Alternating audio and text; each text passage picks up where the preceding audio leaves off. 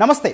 ఒక్క రాష్ట్రం, ఒక్క రాష్ట్రం, ఒక్క సీటు, ఒక్కసారి అధికారం అంటూ బీజేపీ, మరొక్కసారి ఛాన్స్ ఇవ్వండి అంటూ టీఎంసీ. ఆ రాష్ట్రమే బెంగాల్. ఆ సేతు హిమాచలం 5 రాష్ట్రాల ఎన్నికల ఫలితాలు వస్తున్నా కూడా ఈ ఒక్క రాష్ట్రం ఫలితం మీదే ప్రత్యేక దృష్టి పెట్టింది. మనం మాట్లాడుకుంటుంది పశ్చిమ బెంగాల్ అసెంబ్లీ ఎన్నికల ఫలితాల గురించే.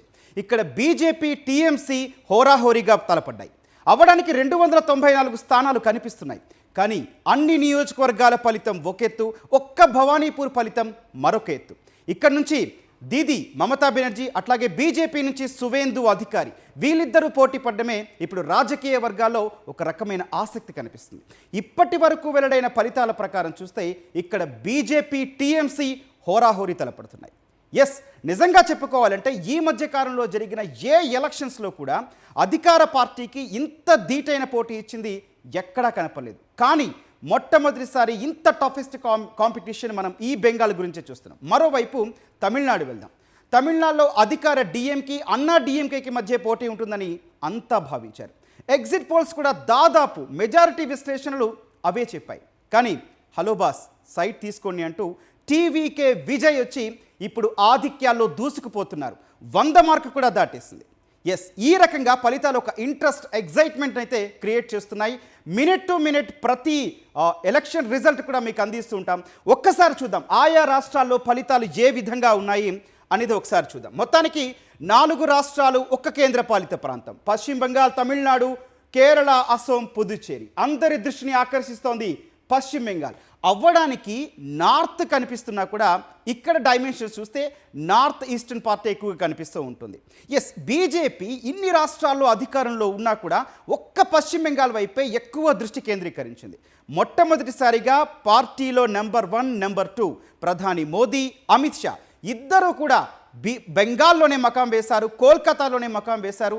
2 దశల్లో జరిగిన పోలింగ్లో వారిద్దరూ అక్కడే ఉండి మొత్తం పోలింగ్ని చూసుకున్నారు. అంటే ఎంత ఇంట్రెస్టింగ్గా దీన్ని మార్చారో కూడా అర్థమవుతుంది. వాళ్ళు ఎంత ప్రతిష్టాత్మకంగా తీసుకున్నారో కూడా అర్థమవుతుంది. మరి ఈ ఎన్నికల్లో ఫలితాల సరళి ఏ విధంగా ఉంది?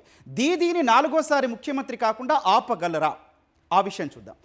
పశ్చిమ బెంగాల్లో తృణమూల్ కాంగ్రెస్ కూటమి 133 చోట్ల ఆధిక్యంలో కొనసాగుతోంది. కాంగ్రెస్ 5, లెఫ్ట్ 2, ఇతరులు 1. ఇక్కడ బీజేపీ 143 చోట్ల ఆధిక్యంలో కనపడుతున్న పరిస్థితి. ఇక్కడ టఫెస్ట్ ఫైట్ కనిపిస్తున్నా ఇప్పుడు 143 చోట్ల బీజేపీ ఆధిక్యంలో ఉంది. తృణమూల్ కాంగ్రెస్ 133 చోట్ల ఆధిక్యంలో ఉంది. ఎగ్జిట్ పోల్స్ చెప్పినవి ఇవే.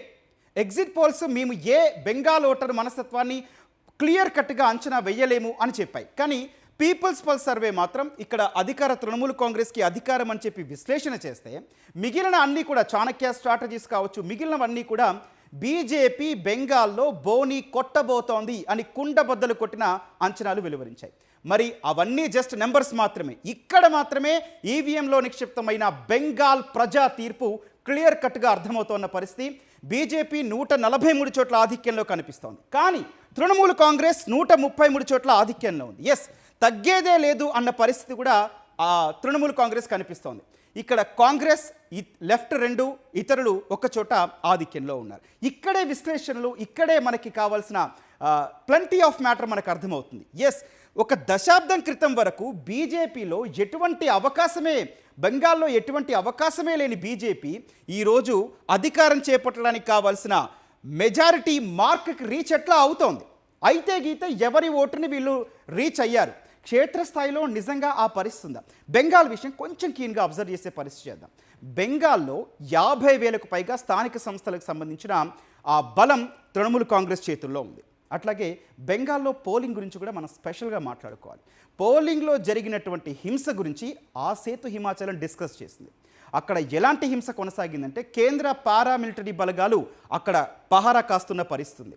ఒకానొక దశలో ముఖ్యమంత్రిగా ఉన్నటువంటి మమతా బెనర్జీ స్ట్రాంగ్ రూముల్లో తిష్టవేసి కూర్చుంటాను, భవానీపూర్కి నేను ఇక్కడ కూర్చొని చూస్తాను అని కూడా ఆవిడ మాట్లాడిన పరిస్థితి.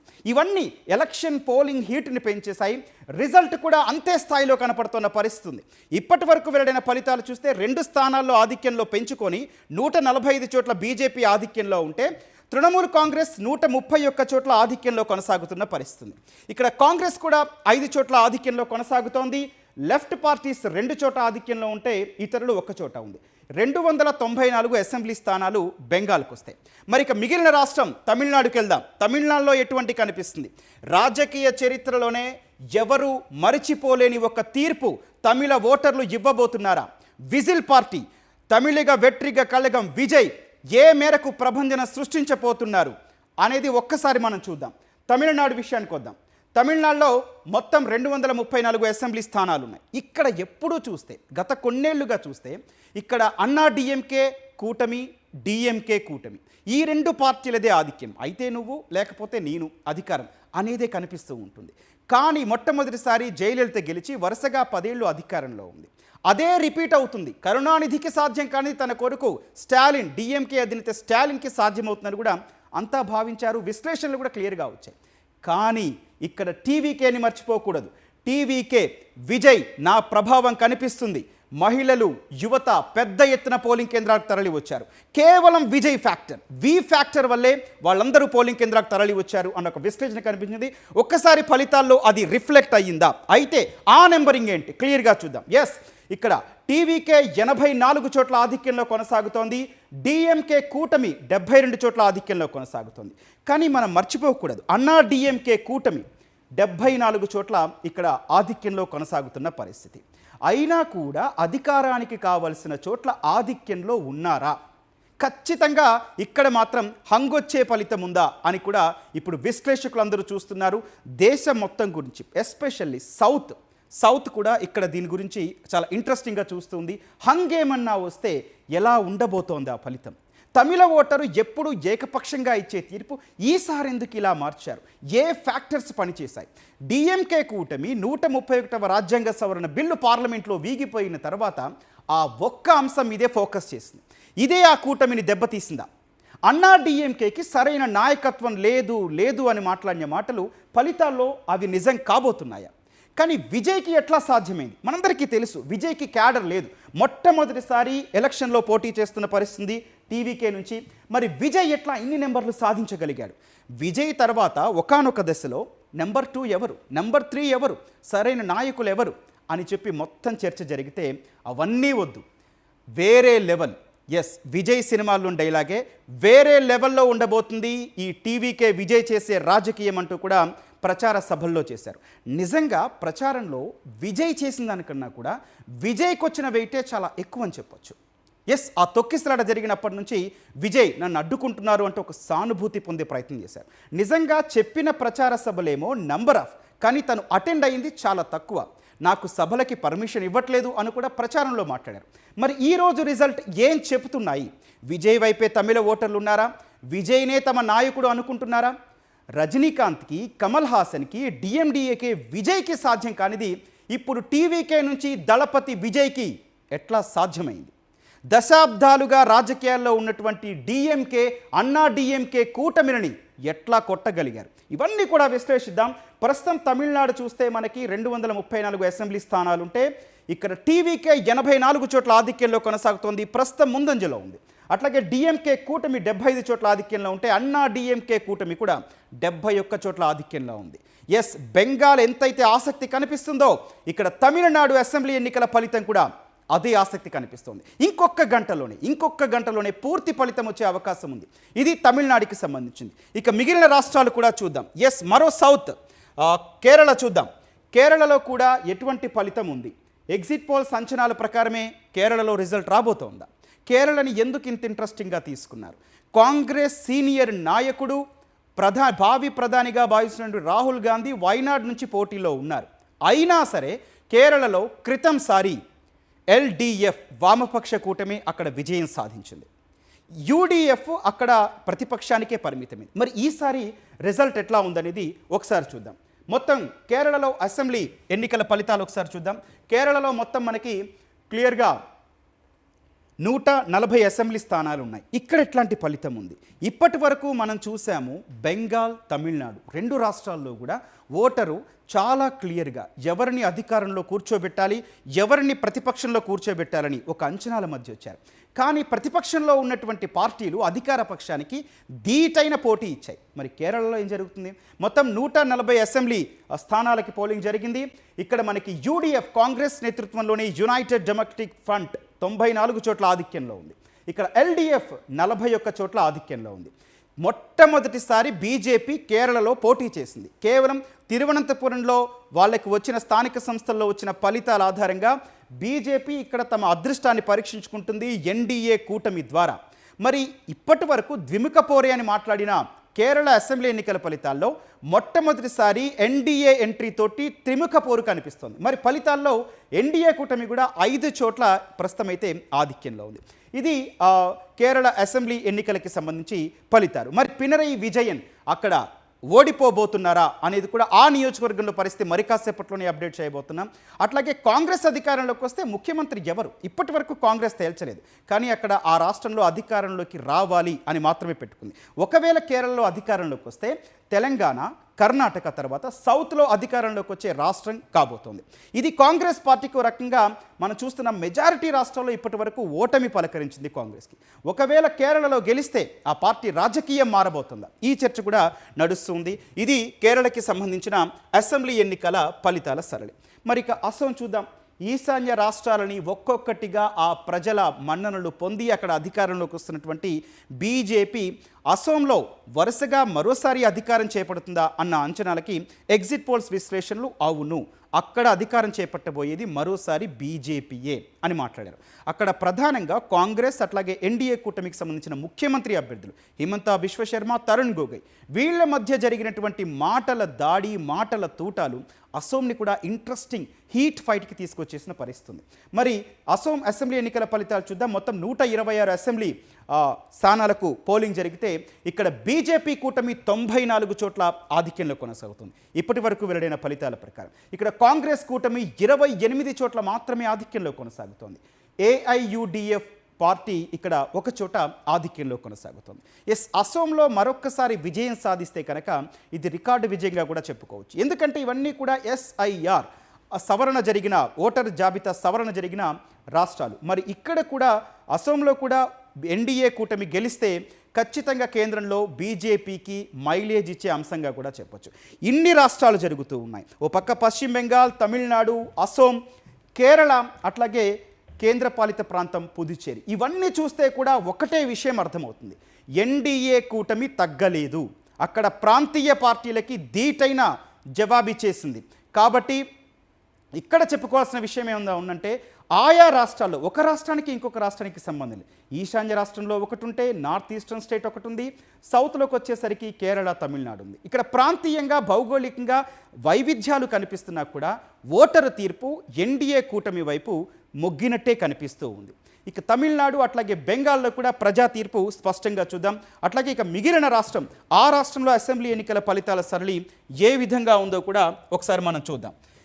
మనం చూసాం ఇప్పటివరకు పశ్చిమ బెంగాల్, తమిళనాడు, కేరళ, అసోం. మరి పుదుచ్చేరిలో ఏముండబోతుంది? తక్కువ సీట్లే ఉన్నాయి, కానీ దాన్ని కూడా వదిలే ప్రసక్తి లేదు. ఇక్కడ కూడా ఓటర్ మనసుల్ని గెలవాలి అని చెప్పి కూడా ఎన్డీఏ కూటమి అట్లాగే మిగిలిన పార్టీలు కూడా చేశాయి. ఏఎన్ఆర్సీ కూటమి ఇక్కడ 18 చోట్ల ఆధిక్యంలో ఉంటే కాంగ్రెస్ కూటమి 9, ఇతరులు 3 చోట్ల. ఇక్కడ కూడా టీవీకే తమిళిగ వెట్రిగ కళిగం విజయ్ పార్టీ పోటీ చేసింది, కానీ ఇక్కడ ఖాతా తెరవలేకపోయింది ప్రస్తుతం ప్రకారం. ఇది 5 రాష్ట్రాలకి సంబంధించిన ఇప్పటి వరకు వెల్లడైన అసెంబ్లీ ఎన్నికల ఫలితాల సరళి ఈ విధంగా ఉంది చూడొచ్చు మనకి. కానీ మరొక్క గంటలో మాత్రం తుది తీర్పు వచ్చే అవకాశం ఉంది. ఇప్పటి వరకు ఉన్న ఆధిక్యాలు, గెలుపులు విజయాలుగా మారే అవకాశం చాలా స్పష్టంగా కనిపిస్తుంది. ఏదేమైనా కూడా మొత్తం దేశాన్ని మునివేళ్లపై నిలబెడుతున్నాయి పశ్చిమ బెంగాల్, తమిళనాడు రాష్ట్రాలు. ఇంత హీటెక్కిస్తున్నాయి 5 రాష్ట్రాల అసెంబ్లీ ఎన్నికల ఫలితాలు. వీటిపై విశ్లేషణ చేద్దాం. ప్రస్తుతం మనతో పాటు ఉన్నారు పాయల్ శంకర్ గారు బీజేపీ నుంచి. నమస్తే అండి శంకర్ గారు. నగేష్ గారు ఉన్నారు, ప్రముఖ రాజకీయ విశ్లేషకులు. నమస్తే అండి నగేష్ గారు. నమస్తే. దేవేంద్ర గారు, ప్రముఖ రాజకీయ విశ్లేషకులు. నమస్తే దేవేంద్ర గారు. నమస్తే. మల్లికార్జున గారు, సీనియర్ సంపాదకులు. నమస్తే అండి మల్లికార్జున గారు. Good morning sir. నగేష్ గారు, డైరెక్ట్గా పాయింట్లోకి వెళ్దాం.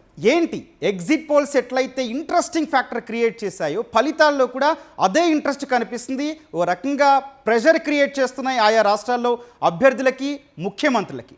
ఏంటండి మీ విశ్లేషణ ఏంటి ఇప్పటి వరకు వెల్లడైన ఫలితాల సరళి ప్రకారం? అంటే మనం ఎగ్జిట్ పోల్స్ కి అంటే చాలా ఎక్కువ మనం ప్రాధాన్యత ఇస్తున్నాం. మనం ఏంటంటే సోషల్ మీడియా కానీ, మెయిన్ స్ట్రీమ్ మీడియా కానీ 2024 ఏదైతే ఎగ్జిట్ పోల్స్ మొత్తం తప్పయ్యాయో 240 సీట్లు వచ్చే బీజేపీ 340 సీట్లు వస్తాయని ఎగ్జిట్ పోల్ ప్రిడిక్ట్ చేసింది. అసలు బీజేపీ అంటే నేరోగా మెజారిటీ వచ్చింది. సో మనం ఏమిటంటే మన నెరేటివ్ ఏదైతే ఉందో మొత్తం ఎగ్జిట్ పోల్స్ ఎటుపక్కపోతున్నారు, దాంతో మనం ఇన్ఫ్లుయెన్స్ అవుతున్నాం. అయితే ఇది కొంత మటుగా అదొక ఇన్పుట్ గా తీసుకోవాలి, కానీ మొత్తం ఇన్పుట్ అదే కాదు. మీరు నేను జర్నలిస్ట్ గా మనకు ఒక అనుభవం ఉంది. దాని తర్వాత ఫీల్డ్ లెవెల్ నుంచి మన ఇన్ఫర్మేషన్ ఉంది, అది కూడా మనం తీసుకోవాలి. ఈ ఎగ్జిట్ పోల్స్ మొత్తం కొట్టి పారేయటలేదు. ఎందుకని ఇంతకు ముందు ఒక టైంలోని 2020 వాళ్ళు ఏదైతే ఈ ఎగ్జిట్ పోల్స్ ఒపీనియన్ పోల్స్ మొదలు పెట్టారు, అప్పుడు ఒక డిగ్రీ ఆఫ్ యాక్యురసీ ఉండేది. ఇప్పుడు ఎంత ఎక్స్ట్రీమ్ గా ప్రెడిక్ట్ చేస్తే అంత గొప్ప అనుకుంటున్నారు. ఇప్పుడు ఏమిటంటే విజయ్కి 98 to 120 అన్నారు.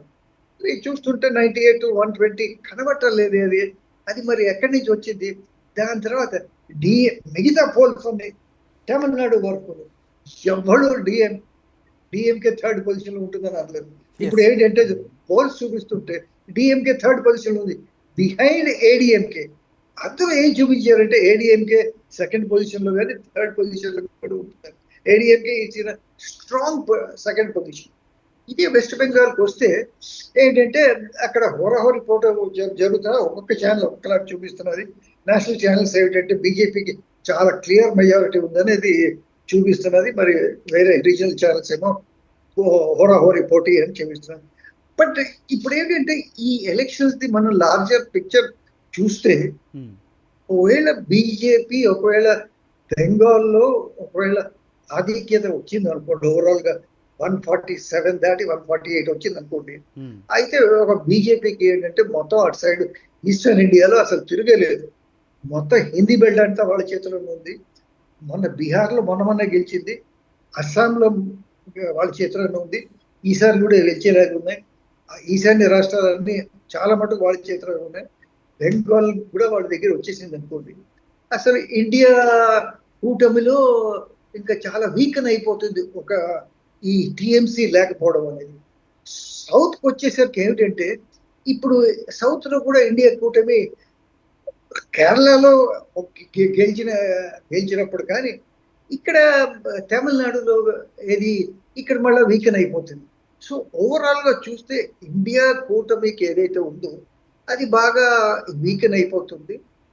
ఒకవేళ మమతా బెనర్జీ ఒకవేళ గెలిస్తే అసలు ఆవిడకి ఏమిటంటే ఇండియా కూటమిలో ఆవిడకి చాలా ప్రముఖమైన స్థానం ఉంటుంది. ఇది ఎందుకు అనవలసి వస్తున్నదంటే ఇప్పుడు కొంత మటుకు ఇండియాలో చాలా డిఫరెన్సెస్ ఉన్నాయి ఇప్పుడు ప్రస్తుతానికి.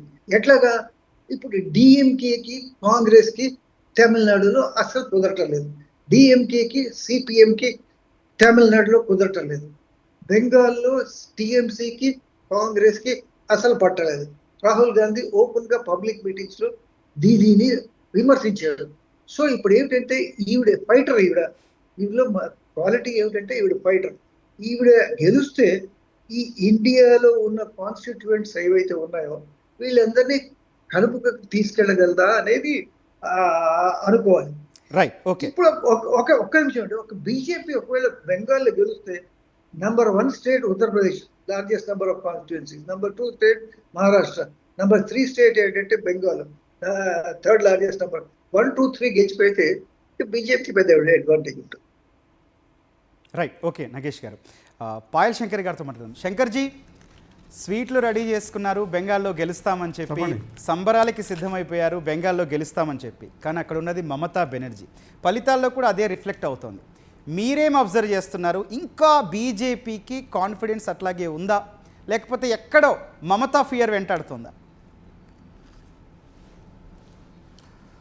అంటే ట్రెండ్ 100% కొంత తక్కువ మెజార్టీ ఉంటుండొచ్చు, కానీ అక్కడ అధికారంలో మాత్రం భారతీయ జనతా పార్టీ 100% వచ్చేటటువంటి అవకాశాలే కనిపిస్తూ ఉన్నాయి. ఇప్పుడు 2-3 సీట్లు, 4-5 సీట్లు అటు ఇటు టీఎంసీకి సంబంధించిన సీట్లు తగ్గుతూ వస్తూ ఉన్నాయి. బీజేపీకి పెరుగుతూ ఉన్నాయి మిగతా కొంత ఛానల్స్లో కూడా చూస్తే. నేను నిన్న మొన్న చాలా సందర్భాల్లో పోలింగ్ బూత్ స్థాయిలో పనిచేసినటువంటి కొంత నాయకులతో కూడా మాట్లాడిన తర్వాత వాళ్ళు చెప్పేది ఏంటంటే ప్రజల లోపల చాలా స్పష్టమైనటువంటి మార్పు అక్కడ వచ్చింది. మమతా బెనర్జీ గారు అక్కడ ఆమె చేసినటువంటి అరాచకం కానీ అక్కడ అడ్మినిస్ట్రేషన్ ఫెయిల్యూర్ కానీ ఇదంతా కూడా రిఫ్లెక్ట్ అయింది. కాబట్టి ఖచ్చితంగా భారతీయ జనతా పార్టీ వైపు ప్రజలు స్పష్టంగా భారతీయ జనతా పార్టీ ఈ రాష్ట్రాన్ని ఆదుకోవాలి. అదేవిధంగా రేపు ఉన్నటువంటి పరిస్థితులలో డబుల్ ఇంజన్ సర్కారు ఉంటేనే బాగుంటుందని ప్రజల మూడు బట్టి అర్థమవుతా ఉన్నది. పశ్చిమ బెంగాల్లో ఖచ్చితంగా అక్కడ భారతీయ జనతా పార్టీ ఈ ఉన్నటువంటి ఎగ్జిట్ పోల్సే కాకుండా నేను పోలింగ్ బూత్ స్థాయిలో పనిచేసినటువంటి మా నాయకుల్ని కూడా కొందరు నేను ఫోన్లో మాట్లాడినా. అసలు ఏంటిది అక్కడ గ్రౌండ్ రియాలిటీ అంటే వాళ్ళు స్పష్టంగా చెప్తాను. పోయిన అసెంబ్లీ ఎన్నికల్లో మేము ఆ గ్రామంలోకి పోవాలంటే కూడా మాకు అసలు సాధ్యమయ్యేటటువంటి పరిస్థితులు లేకుంటే అటువంటి పరిస్థితులలో 50% ఆ గ్రామాలలో ఈరోజు ఓట్లు తీసుకునేటటువంటి పరిస్థితి వచ్చింది. స్వచ్ఛందంగా ప్రజలు కొందరు దుండగులు అక్కడ ప్రచారానికి వెళ్ళిన సందర్భంలో అడ్డగించాలని ప్రయత్నం చేసిన సందర్భంలో గ్రామస్తులే మేము ఉన్నాం ఎవరు ఆపుతారు వీళ్ళని అనే విధంగా ఆ రకంగా ధైర్యంతో గ్రామస్తులందరూ ప్రజలు ముందుకు వచ్చారు. కాబట్టి అక్కడ ఉన్నటువంటి ట్రెండ్ చూస్తే మాత్రం ఖచ్చితంగా ఈసారి పార్టీ అధికారంలోకి వస్తారని మాట్లాడారు. ఫలితాలు కూడా ఆ రకంగానే కనిపిస్తూ ఉన్నాయి. తప్పకుండా భారతీయ జనతా పార్టీ మిగతా విషయానికి వస్తే అస్సాంలో చాలా క్లారిటీ గారు ఒక్క పాయింట్. కానీ మమతా బెనర్జీ కూడా అదే కోట్ చేస్తుంది. గూండాగిరి మమ్మల్ని విమర్శలు చేస్తున్నారు కానీ కేంద్ర పారామిలిటరీ దళాలు పెట్టి మమ్మల్ని ఉక్కిరి బిక్కిరి చేశారని మమతా బెనర్జీ మాట్లాడింది, మహువా మొయిత్రీ మాట్లాడింది, డెరిక్ ఒబ్రైన్ కూడా మాట్లాడిన పరిస్థితుంది. మరి ఏం చెప్తారు? వాళ్ళు మిమ్మల్ని కూడా అదే విమర్శలు చేస్తూ ఉన్నారు కదా, ఎన్కౌంటర్ స్పెషలిస్టులను దింపారని కూడా మాట్లాడిన పరిస్థితి. స్పష్టంగా ఈరోజు భారతదేశంలో అనేక రాష్ట్రాల్లో ఎన్నికలు జరుగుతాయి. కానీ ఆ రాష్ట్రంలో గతంలో కూడా పోయినసారి 5 సంవత్సరాల క్రితం జరిగినటువంటి ఎన్నికలు అయిన సంవత్సరం వరకు కూడా భారతీయ జనతా పార్టీ పోలింగ్ ఏజెంట్ల మీద దాడులు కానీ ఓటేసినటువంటి ప్రజల మీద దాడులు కానీ అక్కడ స్పష్టంగా ఇప్పుడు మనం సోషల్ మీడియాలో చాలా పోస్టులు కొన్ని వీడియోలు మనం చూస్తాం. ఏ రకంగా అరాచకమైనటువంటి వ్యవస్థ అక్కడ పనిచేస్తూ ఉన్నది. ఇప్పుడు పారామిలిటరీని ఎలక్షన్ కమిషన్ దించాల్సి వచ్చింది, సిఆర్పిఎఫ్ని దించాల్సి వచ్చింది అని అంటే మరి ఎలక్షన్ కమిషన్ నిష్పక్షపాతంగా అక్కడ ఎన్నిక జరపాలన్నటువంటి ఆలోచనతోనే ఇప్పుడు మనం మొన్న చూసినాం. బీజేపీ ఈవీఎం మిషన్ల మీద బీజేపీ సింబల్ ఉన్నటువంటి వాళ్ళ దాని మీద ఆ టేపులు అంటించే విధంగా ప్రయత్నం చేయడం, అంత సిఆర్పిఎఫ్ ఫోర్స్ పెట్టి ఎన్నికలు జరిపే ప్రయత్నం చేసినా కూడా ఇంకా కూడా అక్కడక్కడ టీఎంసీ గుండాల ఏ రకంగా వ్యవహారం చేసినో మనం అంతా కూడా టీవీలలో సోషల్ మీడియాలో చూస్తాం. కాబట్టి ప్రజల్ని భయభ్రాంతులకు గురి చేసి ఈసారి కూడా టీఎంసీ అధికారంలో రావాలనే ప్రయత్నం చేసింది. కానీ ప్రజలు తిరగబడ్డారు, నిష్పక్షపాతంగా ప్రజలు ఓటేయాలనుకున్నారు, ధైర్యంగా ముందుకొచ్చారు. కాబట్టి అక్కడ ఈరోజు భారతీయ జనతా పార్టీకి విజయావకాశాలు మెరుగైనాయి. ఇప్పుడు జరిగినటువంటి 5 రాష్ట్రాలలో ఎన్నికలలో బట్టి ప్రజల మూడు చూస్తే నరేంద్ర మోడీ గారి నాయకత్వం మీద ఈ దేశ ప్రజలకు మరింత బలంగా నమ్మకం ఉన్నది. 2029లో జరిగేటటువంటి పార్లమెంట్ ఎన్నికల్లో ఇది ఒక రిఫ్లెక్షన్ కనిపిస్తుంది. ఇప్పుడు సహజంగా 5 రాష్ట్రాలలో, ఇంకోటి ఈ కేరళలో అక్కడ పార్టీకే కాంగ్రెస్ పర్ఫార్మెన్స్, మిగతా తమిళనాడు చూసినా కూడా అక్కడ ఉన్నటువంటి ఈరోజు ఉన్నటువంటి తమిళనాడులో పరిస్థితి టీవీకే మధ్యలో నుంచి బయటకు వచ్చింది. కాబట్టి టీవీకే మిగతా మాకు ప్రత్యామ్నాయం కాదు. కానీ జాతీయ స్థాయిలో మాకు ప్రత్యామ్నాయం అనుకునేటటువంటి పార్టీ ఎక్కడ కూడా ఒక కేరళ తప్పితే మిగతా దేశంలో ఎక్కడ కూడా మనగడ ఉన్నటువంటి పరిస్థితి కనిపిస్తలేదు.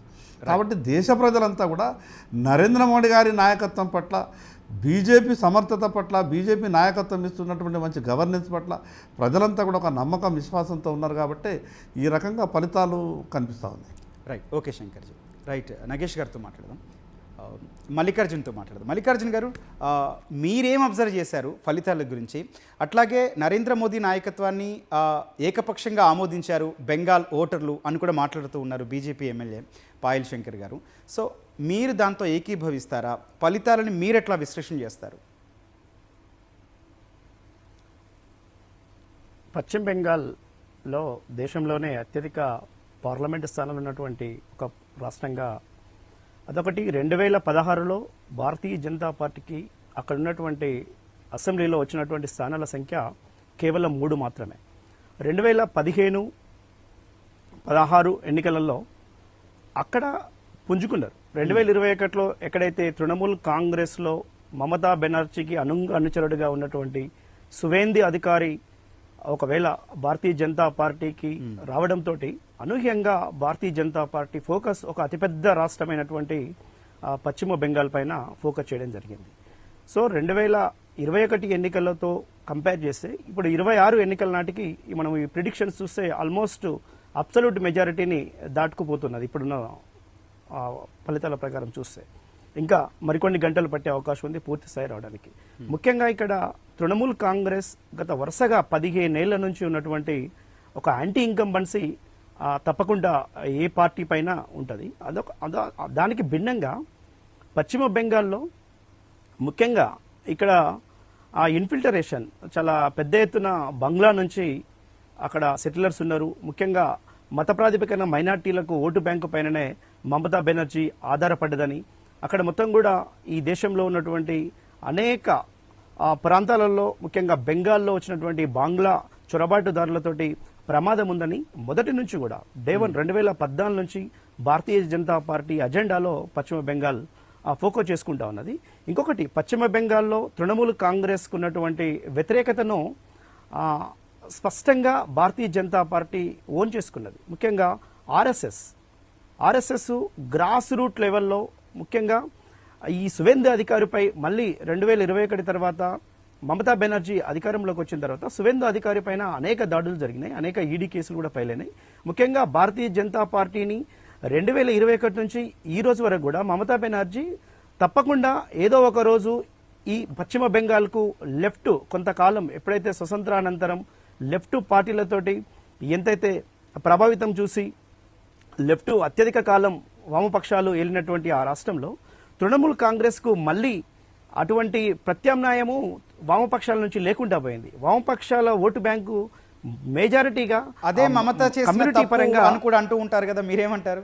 100% సార్. అంటే మమతా బెనర్జీ చేసినటువంటి తప్పు కంటే మమతా బెనర్జీ నాయకత్వంలో ఉన్నటువంటి అరాచకాలు, ఆక్రందనలు, ముఖ్యంగా అక్కడ ఉన్నటువంటి నిరుద్యోగం, పేదరికం, ఎంప్లాయ్మెంట్ పైన ఇటువంటి మీద ఫోకస్ చేయకుండా కేవలం మత ప్రాతిపదికన భారతీయ జనతా పార్టీని ఎండగడుతూ దేశ రాజకీయాలను అంటే ప్రాంతీయ అంశాలను పక్కకు పెట్టి కేవలం మోడీ, అమిత్ షా ఆ నేతృత్వంలో ఉన్నటువంటి పార్టీ కాషాయీకరణ చెందుతా ఉన్నది, బెంగాల్కు మళ్ళీ ప్రమాదం ఉందని ఈ కోణంలోనే జరగడం వల్ల తృణమూల్ కాంగ్రెస్ ఇప్పుడు ఈ ఎన్నికల ఫలితాలను చూస్తే స్పష్టంగా కొంత ఆమెకున్నటువంటి అక్కడ ఉన్నటువంటి తృణమూల్ కాంగ్రెస్ నేతృత్వంలో ఉన్నటువంటి అధికారులు చేసిన కార్యకర్తలు చేసినటువంటి అరాచకం స్పష్టంగా కనిపిస్తుంది. కానీ ఇప్పటికి కూడా తృణమూల్ కాంగ్రెస్ స్పష్టమైన పూర్తి మెజారిటీ వస్తుందని మనం భావించలేము.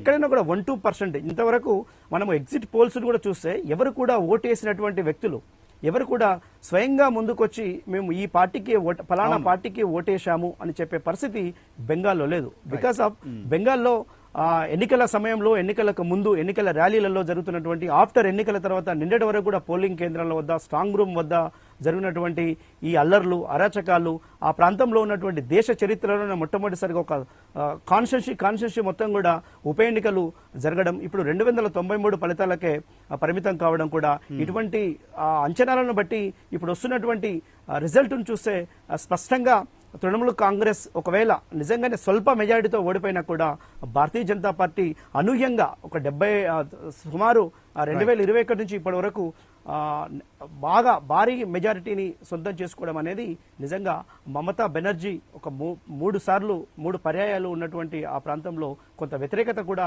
స్పష్టంగా కనిపిస్తుందని అర్థం చేసుకోవచ్చు. ఓకే అండి మల్లికార్జున గారు. దేవేంద్ర గారు, ప్రత్యేకించి తమిళనాడు రాజకీయాలు మునుపెన్నడూ లేనంత ఇంట్రెస్టింగ్గా మారాయి. విజయ్ రాక ఒక కారణమైతే ఫలితాల్లో ఏకంగా 100 స్థానాల్లో ఆధిక్యంలో కొనసాగుతున్నారు, అధికారానికి చేరువయ్యారు. ఓ పక్క డిఎంకే కూటమి 3వ స్థానానికి పరిమితమైనట్టు కూడా లేటెస్ట్ బ్రేకింగ్ న్యూస్. మీ ఎనాలిసిస్ ఏంటి? ఇది ముందే ఊహించిందా? టీవీకే ఆధిక్యానికి కారణం ఏంటి? ఖచ్చితంగా అండి. తమిళనాడు ఎలక్షన్స్ అన్నవి ఆల్మోస్ట్ ప్రతి ఎగ్జిట్ పోల్ ఎగ్జిట్ పోల్ రాకముందు కూడా డెఫినెట్గా డిఎంకేనే గెలుస్తుంది అని అందరూ అనుకున్నారు. ఎందుకంటే టీవీకే ఎప్పుడైతే ఎవరితోనూ పొత్తు పెట్టుకోకుండా పోటీ చేసిందో ప్రభుత్వ వ్యతిరేక ఓటు చీలిపోతోంది. దాంతోపాటు డిఎంకేలో పన్నీర్ సెల్వం జాయిన్ అవ్వడం, డిఎండికేకి అలాగే వీసీకేకి సీట్ల సర్దుబాటు చేయగలడంలో స్టాలిన్ సక్సెస్ఫుల్ అవ్వడం, సౌత్ వర్సెస్ నార్త్ ఈ కాన్ఫ్లిక్ట్ని ఎస్టాబ్లిష్ చేసి delimitation, governor issue, Hindi issue, ఇలా ప్రతి ఇష్యూలోనూ కూడా స్టాలిన్ని తాను నేషనల్ లీడర్ గాను, సౌత్ ఇండియన్ ఛాంపియన్ గాను ప్రొజెక్ట్ చేసుకోవడంలో డిఎంకే సక్సెస్ఫుల్ అవబోతుంది అని అందరూ అనుకున్నారు. బట్ నాకు తెలిసి ఇక్కడ డిఎంకే ఏఐడిఎంకేతో విసిగిపోయిన ఈ జనం దాదాపు 4-5 దశాబ్దాల నుంచి ఈ ప్రతిసారి కూడా తమిళనాడులో ఏం జరుగుతుంది అంటే ప్రభుత్వ వ్యతిరేకత అన్నది ప్రతి 5 సంవత్సరాలకు ఒకసారి పీక్ వెళ్తుంటుంది. సో ప్రభుత్వ మార్పు అన్నది అలా జరుగుతూ వస్తూ ఉంటుంది. ఈవెన్ కరుణానిధి గారు సీఎంగా ఉన్నప్పుడు కూడా కంటిన్యూస్గా 2 సార్లు డిఎంకే ఏనాడు కూడా గెలిచిన చరిత్ర లేదు. అవును. సో అటువంటి ఓటింగ్ సరళి కలిగిన తమిళనాడు రాష్ట్రంలో టీవీకే రావడం వల్ల ఇప్పటి వరకు ఆల్టర్నేటివ్ లేకుండా ఉన్న పరిస్థితుల్లో కొత్తగా ఓటు వేసేవాళ్ళు, దాంతోపాటు ఈ ఆల్టర్నేటివ్ కోసం ఎవరైతే చూస్తున్నారో ఆ వర్గాలు కూడా ఒక ఆల్టర్నేటివ్ టీవీకే రూపంలో కనిపించారు. దాంతోపాటు తమిళనాడులో జయలలిత, కరుణానిధి లాంటి స్టాల్వార్డ్స్ లేకుండా జరుగుతున్న ఈ ఎలక్షన్స్లో కొత్త ఫ్యాక్టర్ని, ముఖ్యంగా ఈ సినిమాలకి రాజకీయాలకి అవినాభావ సంబంధం ఉన్న తమిళనాడు రాజకీయ ముఖచిత్రంలో మరొకసారి అటువంటి సరళినే తీసుకుని వచ్చారు. ఏదేమైనప్పటికీ ఇప్పుడు వస్తున్న రిజల్ట్ను బట్టి మనం అంచనా వేయడం చాలా సులభం అయిపోతుంది.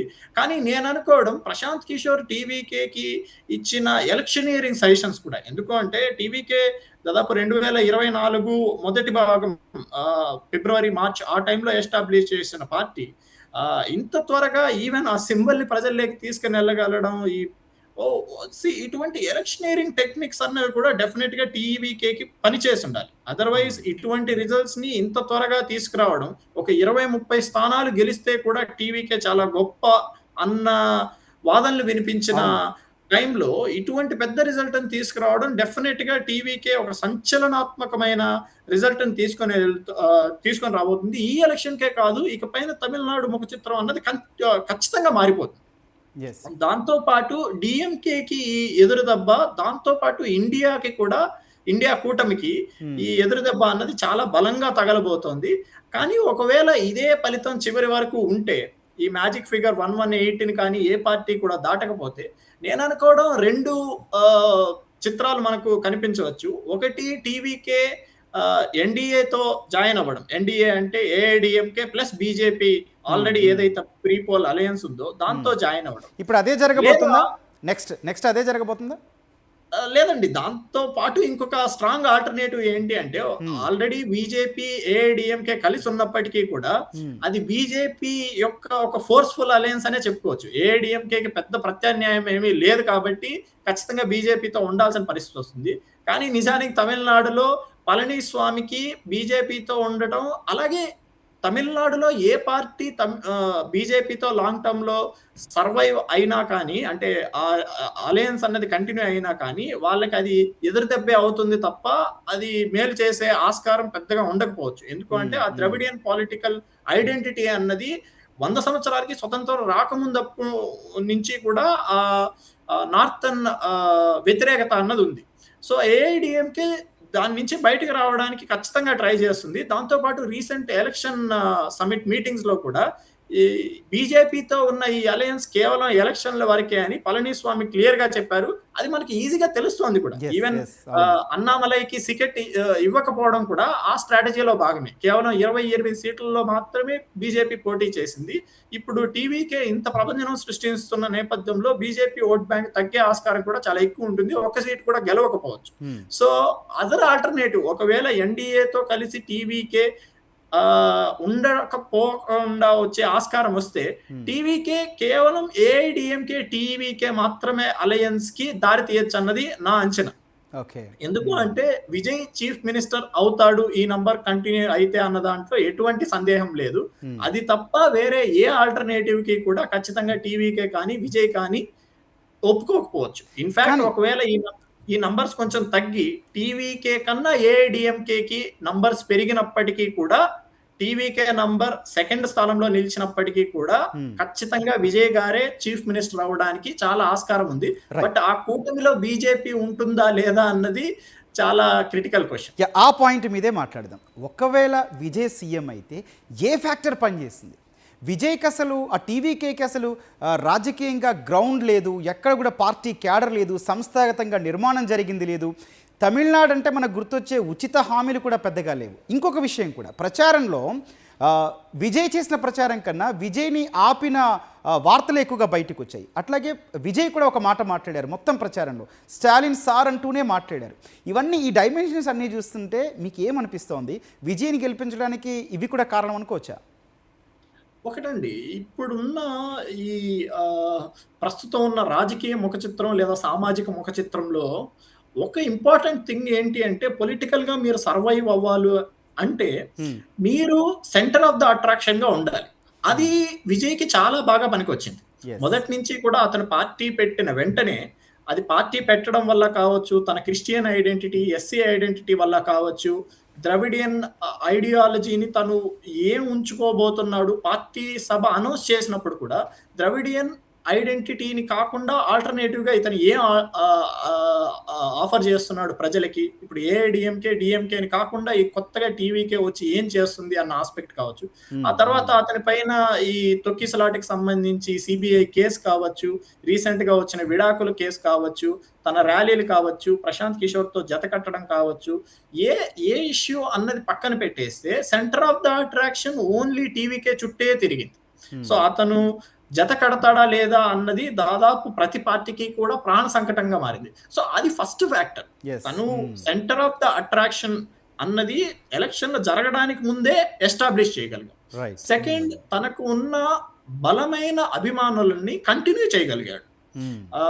ఈ విడాకుల కేసు ఎప్పుడైతే వచ్చిందో ఆ నెగిటివ్, అలాగే ఈ జననాయకన్ ఇష్యూ వచ్చినప్పుడు కూడా ఆ నెగిటివ్ థింగ్ ని కూడా తనని ఆపడానికి ఈ ఇష్యూ సడన్ గా ఇప్పుడే వచ్చాయి అన్న చెప్పి నష్టం కన్నా ఎక్కువ మేలు చేశాయని చెప్పొచ్చు. ఖచ్చితంగా అండి. ఆ సానుభూతిని చూరగొనడంలో, ఇంకా సానుభూతిని చూరగొన్నాడా లేదా అన్నది పక్కన పెడితే, తనకి ఏదైతే ఫ్యాన్ ఫాలోయింగ్ ఉందో దాన్ని సస్టైన్ చేయగలిగాడు. ఇన్ఫాక్ట్ మనకు తెలుగు రాష్ట్రాలతో పోల్చుకున్నప్పుడు, మొదట పవన్ కళ్యాణ్ గారు వచ్చినప్పుడు కూడా మనం చెప్పుకున్న ఆ నేపథ్యంలో మాట్లాడుకున్న మాటలు ఏంటి అంటే, సభలకు వచ్చే ప్రతి ఒక్కడు ఓటు వేయడు కదా అన్నది అప్పుడు వినిపించింది. విజయ్ గారికి తక్కువ సీట్లు ఆపాదించిన ప్రతి ఒక్కరి ఆర్గ్యుమెంట్ కూడా ఏంటి అంటే, సభలకి వచ్చిన ప్రతి ఒక్కరు ఓటేస్తే అప్పుడు చిరంజీవి గారు సీఎం అయిపోయిండాలి, ఆ తర్వాత పవన్ కళ్యాణ్ గారు అయిపోయిండాలి, ఆ తర్వాత విజయకాంత్ గారు కూడా అయిపోయిండాలి. అది జరగదు అన్నది ఒక ఎక్స్పెక్టేషన్. కానీ విజయ్ గారు దాన్ని ఆల్టర్నేటివ్ గా మార్చారు. నేను అనుకోవడం ఎలక్షనియరింగ్ టెక్నిక్. అది ప్రశాంత్ కిషోర్ ఫ్యాక్టర్ ఎంతవరకు వర్కౌట్ అయింది అన్నది నాకు అంత ఐడియా లేదు, కానీ బట్ ఎలక్షనియరింగ్ లో ఆ సింబల్ ని తీసుకొని వెళ్ళడం, మేనేజ్ చేయడం, క్యాండిడేట్స్ ని కాకుండా విజయ్ నే ప్రొజెక్ట్ చేసుకోవడం, ప్రతి నియోజకవర్గంలో విజయ్కే ఓటేస్తున్నారు తప్ప అక్కడున్న క్యాండిడేట్ కాదు అన్నది చాలా బాగా వర్కౌట్ అయింది. దాంతో పాటు తమిళనాడులో ఉన్న పరిస్థితులు కూడా, ఎప్పటి నుంచో ఈ సినిమా స్టార్స్ కి అక్కడ ఈ మాస్ ఫాలోయింగ్, ఐడల్ వర్షిప్ ఏదైతే ఉందో అది చాలా, అంటే మిగిలిన స్టేట్స్ తో పోలిస్తే ఒక విభిన్నమైన రాజకీయ పరిస్థితి సినిమాల ఇన్ఫ్లుయెన్స్ ని బట్టి. సో అది వర్కౌట్ అయింది. Right, okay. పాయల్ శంకర్ గారు, మీరు తమిళనాడులో ఏం అబ్జర్వ్ చేశారు? మీ పార్టీ నెక్స్ట్ ఏం మాట్లాడబోతోంది? ఊహించారా అండి డిఎంకే కూటమిని దించి టీవీకే వస్తుందని మీరు ఊహించారా? కోర్స్ డెఫినెట్లీ ఉంటుంది, అన్నా డిఎంకే కూటమిలో ఉన్నారు మీరు, ఖచ్చితంగా విజయం సాధిస్తాను, ప్రచారంలో కూడా అదే చెప్పిన పరిస్థితి. కానీ విజయ్ ఫ్యాక్టర్ మీకు డామినేషన్ చేస్తుందని ఊహించారా?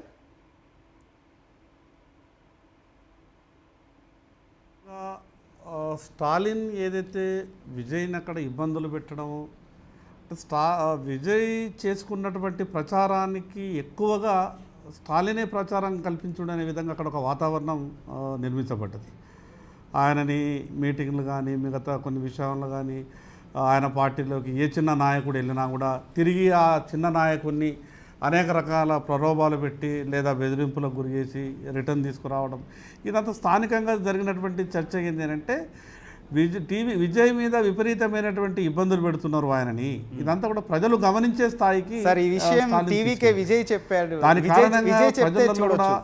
సార్ శంకర్ గారు, ఈ విషయం విజయ్ చెప్తే అప్పుడు విందాం. మీరేం అబ్జర్వ్ చేశారు? మిమ్మల్ని అన్నా డిఎంకే కూటమిని డామినేషన్ చేశారా? అంటే అక్కడ జరిగినటువంటి ఇంకోటి ముందు నుంచి కూడా తమిళనాడు రాజకీయాలు సినీ చరిష్మకు కొంత చాలా దగ్గరలో ఉన్నటువంటి సంబంధాలు. ఇప్పుడు మనము దాదాపుగా 40 సంవత్సరాల నుంచి చూసిన చరిత్ర కూడా తమిళనాడు రాజకీయాలంతా కూడా సినీ చరిష్మాకు తొందరగా అట్రాక్ట్ అవుతుంది. అక్కడ ఉన్నటువంటి ఆ అడ్వాంటేజ్ కూడా టీవీకి దొరికింది. కొన్ని మిగతా రాష్ట్రాల కన్నా తమిళనాడు రాష్ట్రాల్లో ఉన్నటువంటి రాజకీయాలు ఒక భిన్నంగా రాజకీయాలు ఉంటాయి. ఇప్పుడు రెండు కలిసి వచ్చింది, సినీ చరిష్మా కలిసి వచ్చింది వాళ్ళకు. మరి అదేవిధంగా స్టాలిన్ చేసినటువంటి కొంత ఇబ్బంది కూడా ఆయనకు సానుభూతిగా కలిసి వచ్చినట్టు అనిపిస్తుంది. అంటే స్టాలిన్ ఎక్కువ కేంద్రం మీదే విమర్శలు చేసిన పరిస్థితి, హిందీ మా మీద బలవంతంగా రుద్దుతున్నారు అని చెప్పి కూడా రాజ్యాంగ సవరణ 131 రెండు విషయాలండి. స్టాలిన్ ఏదైతే ఒక దుష్ప్రచారం చేసేటటువంటి ప్రయత్నం చేసిండో, ఓకే, అక్కడ టీవీకి ఎక్కువ అడ్వాంటేజ్ వచ్చింది, ఆ విషయం ఆ యాంగిల్లో మనం చర్చ చేసి అది కూడా దారి. కానీ కేంద్రం మీద భారతీయ జనతా పార్టీ మీద ఎక్కువ విమర్శ చేసేటటువంటి ప్రయత్నం చేసిన స్టాలిన్కు ఎక్కడ కూడా దానివల్ల స్టాలిన్కి పెద్దగా లాభం జరగలేదు. వాళ్ళు స్టాలిన్ ఆశపడ్డాడు బీజేపీ మీద లేదా ఈ రాష్ట్రాల మీద ఉన్నటువంటి హక్కులన్నీ కూడా కోల్పోతున్నాం, హిందీ రాష్ట్రాల డామినేషన్ పెరుగుతున్నది, రకరకాల దుష్ప్రచారం చేసే ప్రయత్నం చేసిన స్టాలిన్. ఇప్పుడు దేశంలోనే మొట్టమొదటి స్టాలిన్ ఒక బలమైనటువంటి భారతీయ జనతా పార్టీ వ్యతిరేకిగా కొంత ముందంజలో ఉండే. కానీ ఆయన ఎంత భారతీయ జనతా పార్టీని ఒక రకమైన విమర్శ చేసేసి లబ్ధి పొందే ప్రయత్నం చేయాలనుకున్నా కూడా అది స్టాలిన్కు పెద్దగా ఉపయోగపడలేదు. జనం అక్కడ నమ్మలేదు, భారతీయ జనతా పార్టీ మీద చేసినటువంటి విమర్శలు జనం నమ్మలేరు. ఆల్టర్నేట్గా అక్కడ అనిపించింది ఏంటంటే ఆల్టర్నేట్గా టీవీకేనే జనంకు కనిపించారు కాబట్టి ఆ టీవీకే దిక్కు జనంతో పోయినట్టు కొంత అనిపిస్తుంది. శంకర్జీ, ఇప్పుడు ఫైనల్గా మీరు ఏంటి, ఇప్పుడు ఒకవేళ హంగ్ పరిస్థితి వస్తే అన్నా డిఎంకే కూటమిలో ఉన్నారు, మీరు నెక్స్ట్ ఏం ఆలోచిస్తున్నారు? అంటే అక్కడ ఉన్నటువంటి పరిస్థితుల్లో ఫైనల్ రిజల్ట్స్ వచ్చిన తర్వాత ఏ రకంగా ఉంటుంది అనేది జాతీయ నాయకత్వం ఆలోచించి నిర్ణయాలు తీసుకునేటటువంటి అవకాశం ఉంటుంది. కాబట్టి అక్కడ ఉన్నటువంటి పరిస్థితుల మీద మనం కామెంట్ చేయడానికి అంత అక్కడ ఇది లేదు.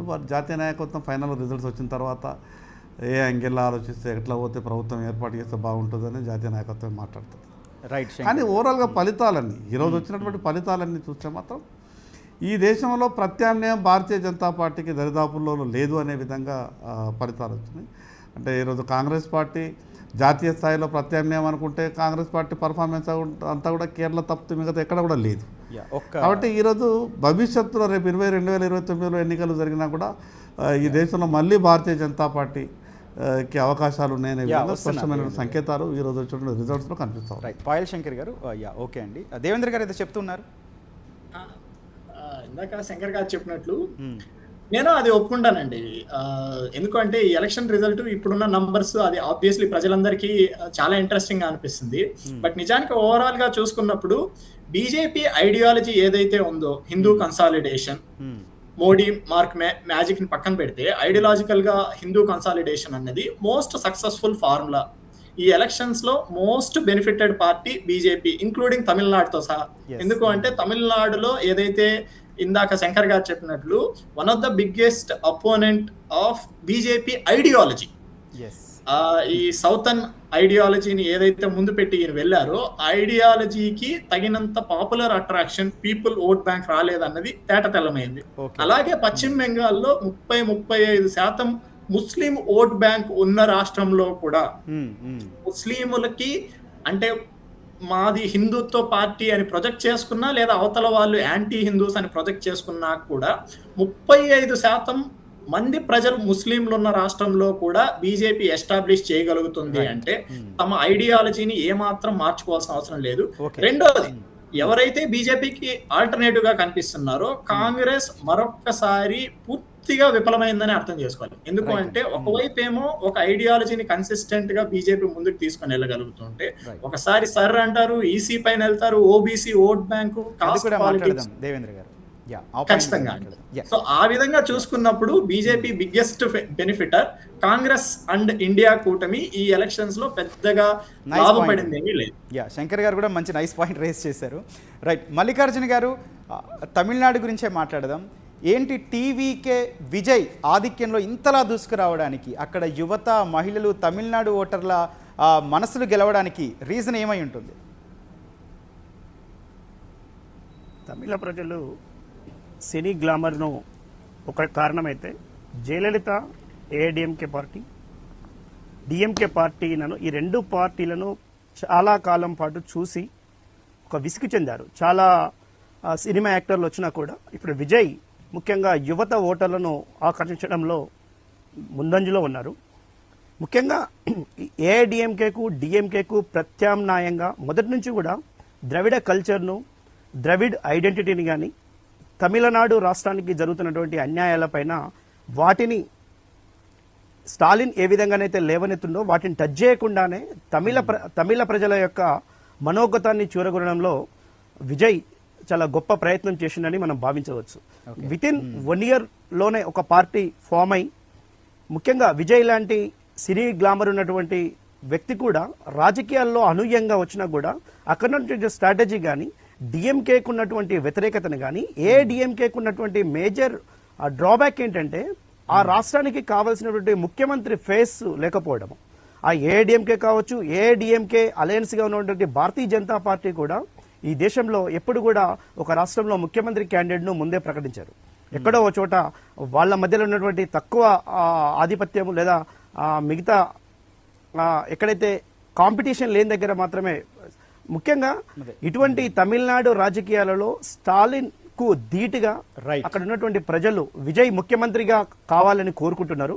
కనుక విజయ్ చేసినటువంటి 2 ప్రయత్నాలు ఏంటంటే, ఒకటి ఏఐడిఎంకేకు డిఎంకేకు తామే ప్రత్యామ్నాయం, ఇంకోటి ఈ ద్రవిడ రాష్ట్రానికి ముఖ్యంగా తమిళనాడుకు కావాల్సినటువంటి అన్ని అంశాలలో పూర్తి స్థాయిలో విజయ్ ఖచ్చితంగా డిఎంకేకు ధీటుగా పాలన అందిస్తారని అక్కడ ఉన్నటువంటి యువత, ముఖ్యంగా నిరుద్యోగులు, వీళ్ళందరూ కూడా ప్రజల మనోగతాన్ని చూరగొనడంలో విజయ్ చాలా ధీటుగా పనిచేసిందని మనకు అర్థమవుతా ఉన్నది. రైట్ అండి.